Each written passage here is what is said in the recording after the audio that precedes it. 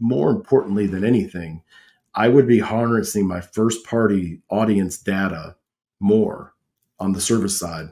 And we were already, doing a decent job with shortfall lists, win backs, people that hadn't redeemed their Toyota Care, all that Toyo Guard stuff, and outreaching to them. But I think that leveraging that in a bigger way to be able to create more traffic into a service to sales used car acquisition program, I would have driven a lot more traffic through the drive to acquire the cars through service digitally. Welcome to the Strategy with Jason podcast. Tune in for everything you need to know regarding the automotive industry.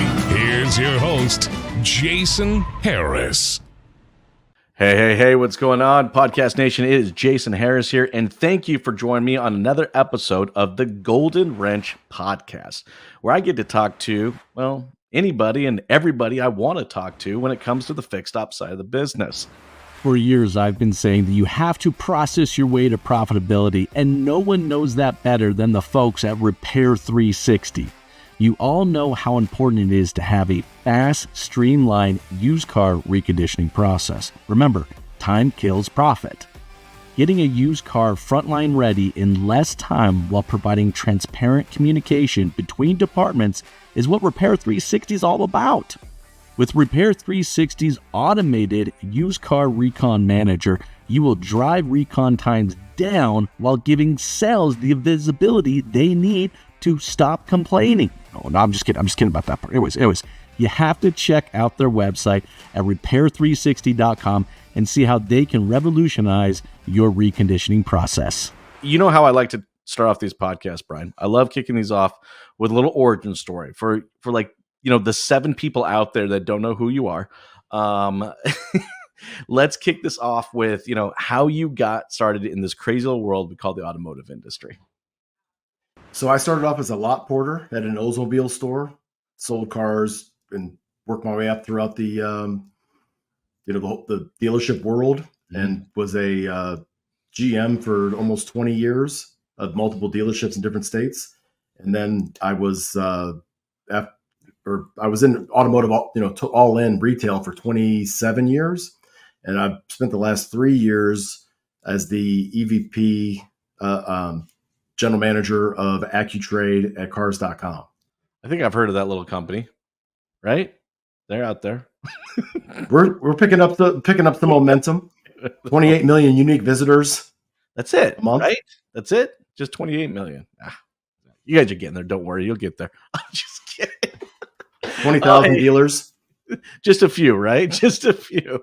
Well, Brian, man, I'm really glad that you were able to take the time on your day off of all days to jam with me, man, and I really appreciate it. We got some cool topics that we want to jam today. We are definitely going to be throwing out some 3-letter acronyms, possibly some 4-letter words, but hey, this is the automotive industry, so it is to be expected.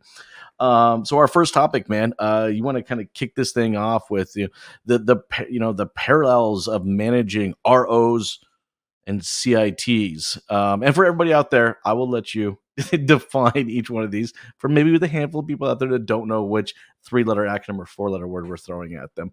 But I'll let you kick us off, man. Give me your thoughts and opinions on this.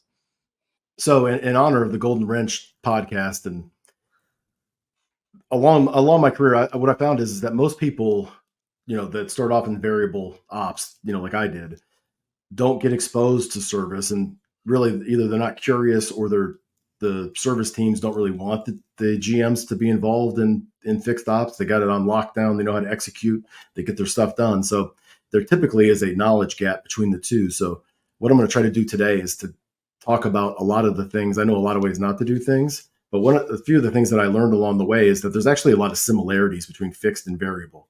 100%. And I'll give you one great example. So on the fixed operations side, you've got ROs, which are repair orders, which is no differently than a sales menu.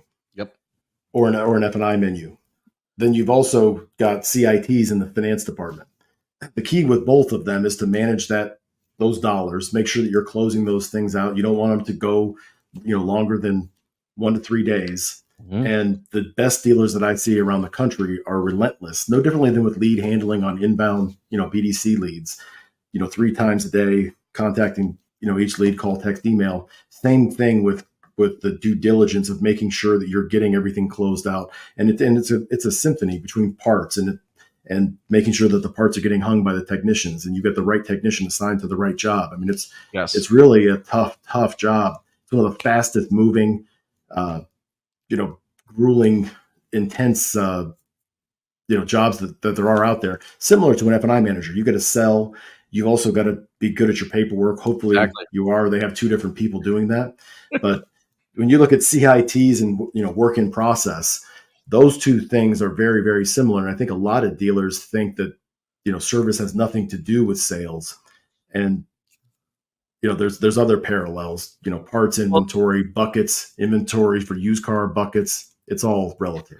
Well, you know what? That a lot has to do with, I think, the way that maybe our businesses are structured on a P&L, where we put them into silos. So that from an accounting perspective, but I feel like we have a tendency of putting them into silos even outside of an accounting perspective, right? How often, how it's like, even though the parts department, the service department is pretty darn connected to them, even though it's maybe only a wall, I feel like sometimes, it's like Morse code back and forth to, in their communication, and, it even worse sometimes in the sales department and back out to the service department, right? It's just like they're out there with flags trying to tell people. Morse code is a pretty good analogy with some of the, right? The tools where you're communicating back into the shop with. Well, and that's the thing. So it's like, I know that, either intentionally or unintentionally, we create these silos, but this is where I wanted to go with this, because I want to kind of get your thoughts and opinions of kind of how we break that down. I know we look at everything from a kind of a people, process, and a technology perspective, but these silos do have to be broken down to effectively just get shit done faster, right? Well, so it's interesting that you asked that question, because that was the last project I worked on when I was in retail before I left. There you go. And I was obsessed with that because we had gone digital. We were, paperless on the sales side, but we were not on the service side. Of course. And as I started breaking it down step by step, piece by piece, you got to start with the inbound lead, just like you do in sales, right? So how is that lead coming in? Do you have a mobile number? Do you have a VIN number? What's the single source of truth? Mm-hmm. And I will say that for the service department, it's more convenient to go out there and get the VIN number and run everything off a VIN scan on your service write-up tool.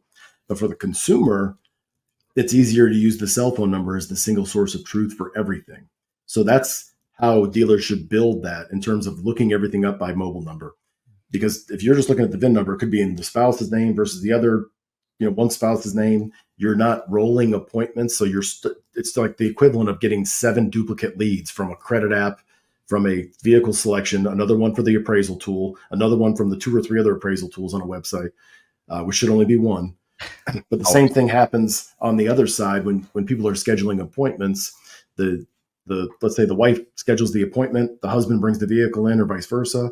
They look it up, they write it up in that person's name. The text messages are going to the spouse that set the appointment instead of the one that's there. Yep. And it's all unnecessary friction due to tech stack, lack of API integrations that every dealer, if they take the time and slow down, they get the right staff and the right aptitude, can fix that. And that's really where the process breaks down. And I think that's where all the friction is.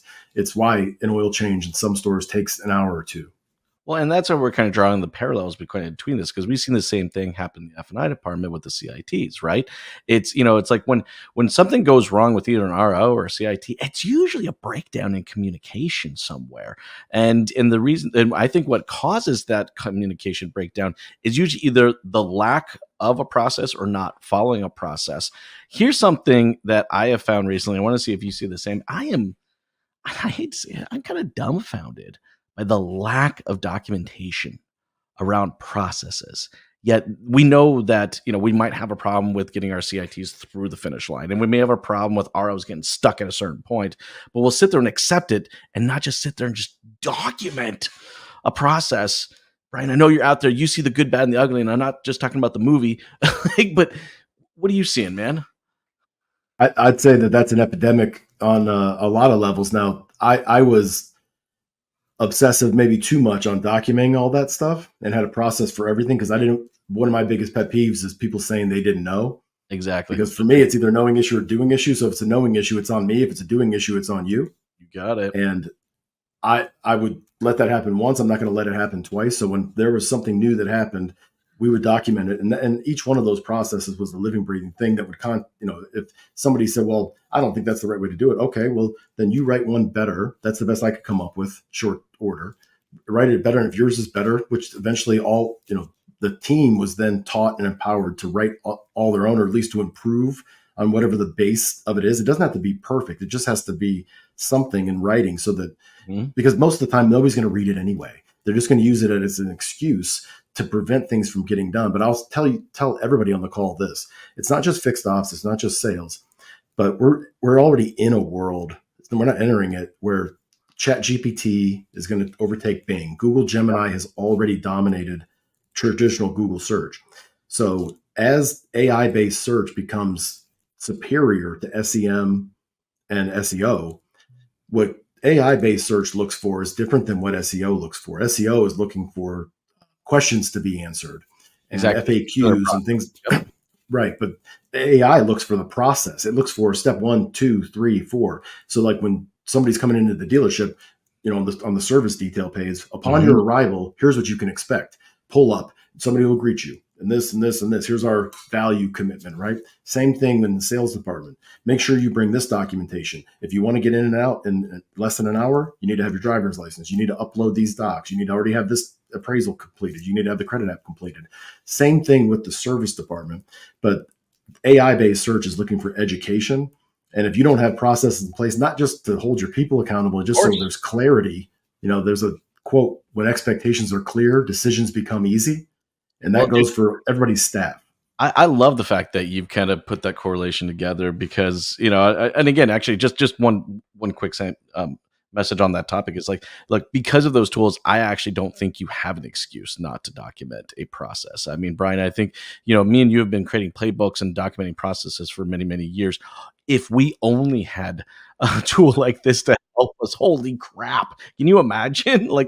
I can go in there and just literally type it out. And I'm going to make some adjustments, but it'll give me the bones and structures within 15 seconds. But you know what's funny? I've actually find myself, Brian, actually utilizing that kind of process-driven search now even more than I do with the other one. Just recently, I was going to Atlanta with my family, and I was like, I need to know what Marriott properties allowed dogs, had an M Club lounge, and was closest to the Brave Stadium, right? Like search can't handle that many type of 1, 2, 3 type process functions, right? And sure enough, there it is. This hotel, this one. And these are the only ones that are close to. Oh, and then I had to go back. Oh, fuck, I forgot the pool. I need a pool too because I got the kids with me. Added that into it. Then it spit out the only 2, right? It was 2 years ago. My wife was freaking out. We gotta plan all this stuff to go to Switzerland, and just like always, we're in the automotive business. We don't have time to sit there and do all that research and the patience for it. At least most don't. So I typed it in. I said, I'm going there from this date to this date. I'm going to have 2 daughters, age this and this, with my wife. We want to do some outdoor stuff. Write out an itinerary for the whole 7 days. And we got there, checked in, and the concierge there at the Mandarin, he was like, hey, let me help you out with booking everything for you. And I said, well, this is what this thing said, and we already made reservations on a bunch of these different things. And he's reading, and he goes, what travel agency gave you this? I said, no, it's just ChatGPT. He's like, this is exactly what I would have recommended. Isn't that awesome? I know we're going down a little bit of rabbit hole, but this is the way the world is working. And, if we're going to, ensure that ROs are not getting clogged up, and that are, similar to our CITs, not, getting to the finish line, and we're not creating these silos, then, we have to have a documented process. And I just don't think there's any excuse anymore to not have a documented process. There just isn't. There's just no excuse. There are tools out there that just make it straight. Let's jump into our next topic because I love talking about this. Because I've actually been approaching this for a long time. So the similarity is going to ELR and hours per hour. Because I remember when I got into the business, right? Like I was measured on ELR. That's how I was measured. And boy, when I started looking at that and starting comparing that to my pay structure, boy, did I have a lot of questions to go along with that. Because how much control did I really have over that ELR? Anyways, I know you got some thoughts. Let me allow you to get on your soapbox, and then I'll jump on mine. So I'll start off by saying that AI is going to, it's already happening, but enable service advisors, F&I managers to sell more product. It's going Mhm. to allow and automate a lot of the CITs. It's going to allow, enable a lot of the auto billing. There's already, you and I both know software people that are building that stuff as we speak to do auto bill and to automatically, register all that stuff, pull it out of the DMS and register it on the OEM's website. So that is in the immediate or very near future. And so when that happens, what's left to do?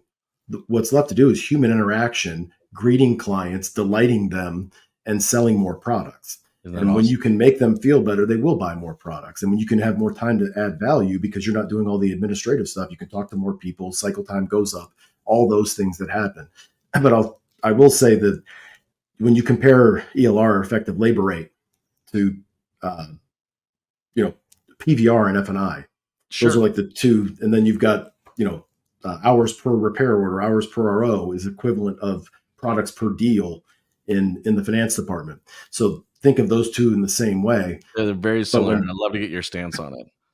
oil changes and breaks and maintenance items that are low margin could be comparable, that can become excuses or reasons why an ELR goes down, Sure. which is why it should be broken out separately. Just like cash should be broken out separately. Not to say you can't run $1,400 a copy on cash deals, but a lot of Mhm. people say, well, I just got all these cash deals. I can't make any money. And then they run $300 a copy on cash deals instead of trying to maximize all of them on their own standard Yeah, and trying because to like make $2,000 or the $3,000 and $300 actually for sell the 90. products you should. Yeah. But those are the correlations between the two. They're very, very similar. I don't think a lot of people see the parallels there. Well, I think there's some similarities, but I also think, and I love, because I am going to go down the rabbit hole of pay structure, because I don't get to always talk to people that have experience in this, and I still don't think today that to meet the objectives that we're having around building better customer experiences, that are, we may have created the goal, but then we've maintained a pay structure that doesn't necessarily match that goal and objective. Do you know what I mean? No, what we've done There's is a fight here. we've created a pay structure that's very similar to sight unseen appraisals, street purchases, buying cars from Mhm. consumers like CarMax, where it's not it's not enticing enough for our associates. So what happened is, since ELR was a component and hours per RO, if you get somebody that's just coming for an oil change, there's no motivation to do that or to get people Exactly. to really incentivize them to come back. So what happened? Jiffy Lube, Valvoline, all these independent shops, that's why they have so much market share. And it's because of those pay plans, and because the pay plans don't incentivize that. That's not how Jiffy Lube and Valvoline pay plans work. It's completely different play with a 100%. career path and everything like that. So to your point, the pay plans have achieved an objective, just not the objective long term that everybody wanted.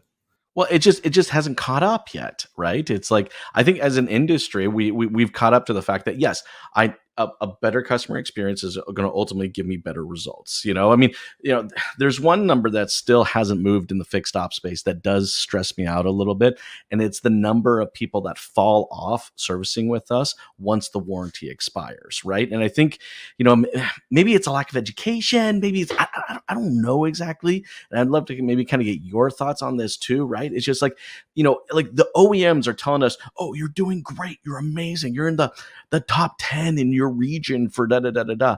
But then you look at how, and it's still for most dealers out there, it's over 40 to 50, sometimes more, up to 60%, between 40 and 60% of people leaving the service department once that warranty expires.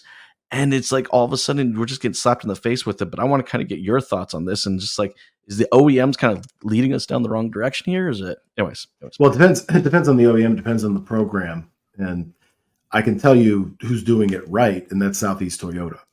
And they've Mm. got, Dealer Tire in there, and they've got, I mean, they have whole teams that are dedicated to this, to building out quick service and making sure the quarter time's being executed and all the things that go into that. And they would have massive amounts of data around this, because it's easy to sit there and just say that's the way it is everywhere, because it kind of is. But Mhm. just because it is doesn't make it right.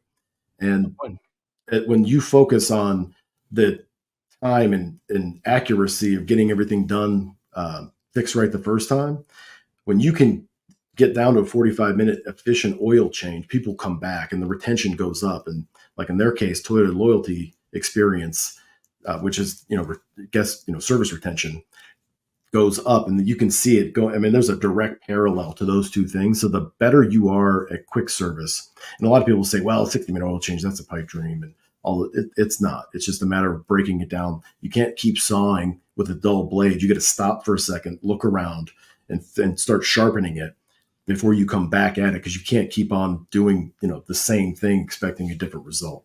No, you're 100% right. I think, I like where we're going with this. It's kind of like step one. We have to be affordable, or at least competitively priced, right? Which I actually find most dealerships are, to be totally honest with you. I really do find that. And then there's the convenience of time. Yes, that is our next hurdle. We do have to commit that, because our competition is, for the most part, spreading that in our face, like, hey, we can do it. And the funny thing is, not only are they pushing that into our face, but they're, look, we all know, the average Jiffy Lube, Mr. Lube, Quick Lube, whatever, is usually more expensive 20% than we are ourselves, right? And so then I think it kind of goes down into retention. And I don't know, like, I know some portion of retention comes from convenience, right? Because I know this myself, right? Like there's a coffee shop up the street that I go to. Is it the best coffee in town? No, right? Is it convenient because I literally pass by it while I'm dropping off the kids at school in the morning? Yes, right? So I think as an industry, we almost have to start looking at what goes beyond retention and goes into what we call advocacy, right? And I'll tell you a few things, because I was obsessed with this at the end. Yes, go for it. The clients don't want to answer the same questions multiple times. When they get out of their car and you're greeting them, they don't want to tell the next person 2 feet away their name again. And then when they go over to get handed off to another person, the service advisor, because the valet is doing the walk around with them and taking the battery, tread depth and all that stuff. And then they got to introduce themselves again. And then they walk over, and then somebody else forgot their name again, or they had the wrong, or they can't look it up because it's in the spouse's name, like I was mentioned earlier. And I'm showing an appointment for you, because the appointment was set up under a different, they could have seen it with the cell phone number or the household address or something. 100%. So it's that, and it's like not one of those things. It's when there's like 2, then 3, then 4, and then, okay, now you said it was going to be 60 minutes. It's been 90 minutes. Nobody updated me along the way. Kept informed, kept updated, either if somebody's in a loaner car, a rental car, a pickup drop off, or in the guest lounge, was by far the biggest issue. And at one point, it was 68% of our phone call, inbound phone activity, was just people calling us to see if our a status update. Yes. And until we actually started using all the technology that was available, the technicians didn't want to do initially, and type the things in a certain format so it would automatically update the system, which would then update the customers directly, because they don't want to have to call into the service advisor every single time or go through the switchboard. They just want to know what's going on. We live in a world with DoorDash and Uber, and where we know where everything is at all times except for your car. Mm-hmm. I got a question for you, because I think since with all the new technologies out there, including things like AI, but also some amazing machine learning, some systems that call themselves AI but are amazing machine learning. I don't know. That's a marketing question. That's a different topic. We can say that for a different podcast. We do that. That is a good podcast. It's a good podcast. Repeatable programmable actions is what a lot of people call AI, but it's not AI. It's amazing tech. I don't know why we're not just calling what it is. I mean, it's a really, really good tech, right? Just call it what it is. Anyways, knowing what you know now, Brian. All right, this is where I'm going to go with this. Knowing that you know now, all right, what would you have done differently in the fixed ops side of the business? Well, I ran out of time in order to connect all the technology so that we would know who the customer was. We would know when they were coming in. I think there's a huge gap where customer sets an appointment 2 weeks out, or when they're done with their oil change, hey, let me schedule it for 6 months from now. And then, by the way, your tires are yellow. They're going to be red by then. And the customer comes in 6 months from now, who gets a reminder text and all that stuff. And for whatever reason, there's a run on those tires. The fill rate is, they missed it, right? Yep. And they're like, well, how did you not know what tires are on, or they call up to find out about the tires and they say, well, what size is your wheel? Most people don't know that. Sure. They're like, do you have the Michelins or do you have the Dunlop? I don't know. I bought it there. Can you just tell me, is it in your system? Well, I can, but it would be a lot easier if you can just go out there and just tell me what it is, because it takes a long time to go through our system and all the things that I would hear on the telephone call. So I would clarify all that and find ways to empower the BDC or whoever's taking those appointments, and then leverage AI to be able to answer just, basic questions that people have that you don't need to be tying up your phone system with. But I think more importantly than anything, I would be harnessing my first party audience data more on the service side. And we were already, doing a decent job with shortfall lists, win backs, people that hadn't redeemed their Toyota Care, all that Toyo Guard stuff, and outreaching to them. But I think that leveraging that in a bigger way to be able to create more traffic into a service to sales used car acquisition program, I would have driven a lot more traffic through the drive to acquire the cars through service digitally. What it sounds like to me, and I know I actually today's my podcast day, so I just got off like 5 other podcasts this morning, right? But like it was something that kind of comes up, in conversation, and I think we all know this in the industry. Little things make a big difference. And what I heard your list there, Brian, was you've just listed out, not huge things. They weren't huge, but how these little things can make big differences. Have you seen some great examples of this kind of playing out in our industry right now, where just dealers really just honing in on little things that just fundamentally make big differences in their business? Yes. And I've seen a lot of it. I've seen a customer come in at 7:00 at night, and I've seen a check cut in less than 20 minutes for a $100,000 car. Wow. A customer who had an appointment, but none of that was prepared, and they've got the processes and the protocols in order to make that happen. I've seen remote service up in St. Augustine at Bozard Ford with their 12 service vans, where they're servicing 10,000 vehicles a month when they're in a town of 17,000. And now they're implementing, robo appraisals within those service vans and empowering those people as they do with all their associates, with this huge level of trust. And all these things that I would think are crazy or couldn't be done. I mean, I took my Bronco there, and my oil was changed in 25 minutes, not 60 minutes, which a lot of people think is an unattainable deal. While I was literally still at the checkout counter, I walked over and was checking out a couple things with Ed Roberts there. Yeah. And next thing you know, I see my truck being pulled around, and I thought it was getting pulled in, but it was already done. And it's because everybody knows exactly what to do. There's total role clarity, and that standard is the standard, and it can be done, which allows them to do that much more business because they're not, clogged up and doing the same work. Of course. So that throughput and velocity is, there's amazing examples all over the country like that blow my mind all the time. Well, and the cool thing is that creates advocates, which is different than retention. And I just as an industry, I don't think it's enough that we just retain our customers, because I think, like I said, a large percentage of retention can just come from convenience, right? Like if you don't take care of them, somebody else will. When I say somebody else will, Tesla. And Tesla is going to go and take and now there's so many people. Look how they're doing right. it too, right? And now that's the comparison, like when Lexus came out and they were doing 24-hour roadside assistance, and then they had loaner cars, that immediately became the industry standard. And if you didn't do that, then it was weird. And then anybody who went there, the retention was sky high, because if I go over there, well, you don't do that anymore, or you're not going to give me this. And that's what's going to happen if everybody doesn't pay attention to what Genesis and Tesla and all these disruptors are doing. No, and look, I think our drive to continue to push, and like I said, advocacy is not a word that we typically use in our vertical. It's used in many other verticals. Actually, it's a very common thing. All right, that's looked at.